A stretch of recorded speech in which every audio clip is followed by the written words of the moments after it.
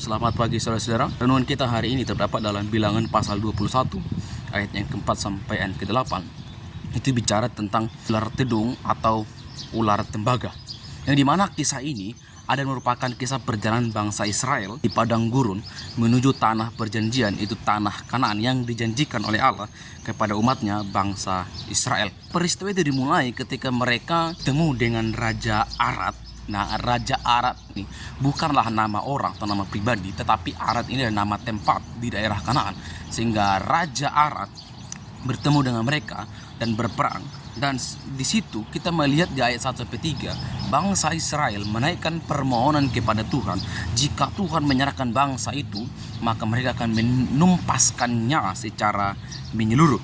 Di dalam ayat 4-8 kita melihat bahwa bangsa Israel bersungut-sungut meminta pertanggungjawaban Musa, menuntut Musa dan mempersalahkan Musa dan Tuhan, sehingga Tuhan murka dengan bangsa Israel. Lalu Tuhan menghukum mereka dengan ular yang sangat ganas dan mematikan. Sehingga pada waktu itu bangsa Israel menyadari bahwa mereka telah berdosa kepada Tuhan.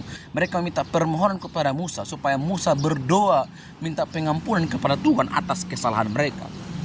Dan di sana juga kita melihat bahwa Musa berdoa kepada Tuhan dan Tuhan mendengarkan permohonan Musa dan permohonan bangsa Israel karena mereka telah bertobat dari dosa-dosa mereka. Tapi Tuhan mendengarkan permohonan mereka bukan berarti Tuhan menghapuskan ular tembaga. Bukan, tapi Tuhan mendengarkan mereka dan memberi perintah kepada Musa untuk mendirikan ular tembaga. Dan Tuhan juga bilang, siapapun dari antara mereka yang melihat, yang memandang kepada ular tembaga itu, maka mereka akan disembuhkan.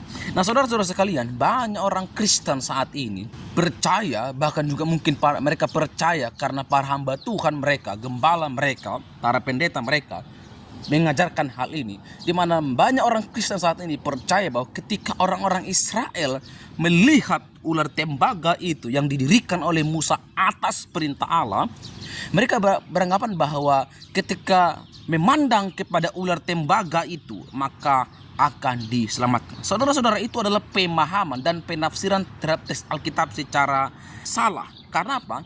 Jelas-jelas teks bicara ketika bangsa Israel memandang ular tembaga itu, di sana tidak ada jaminan keselamatan kekal, tapi di sana berbicara tentang penyembuhan secara fisik. Jadi sekali lagi, ketika bangsa Israel memandang kepada ular tembaga yang didirikan oleh Musa, bangsa Israel tidak menerima keselamatan, tapi bangsa Israel menerima kesembuhan fisik dari Tuhan atas dosa dan pelanggaran yang mereka lakukan. Kiranya kita menjadi anak-anak Tuhan ataupun umat-umat Tuhan yang bijaksana dan selalu berusaha mendisiplinkan diri untuk juga suka membaca buku, belajar Alkitab secara sungguh supaya tidak gampang dibodoh-bodohi. Terima kasih, Tuhan Yesus memberkati. Shalom.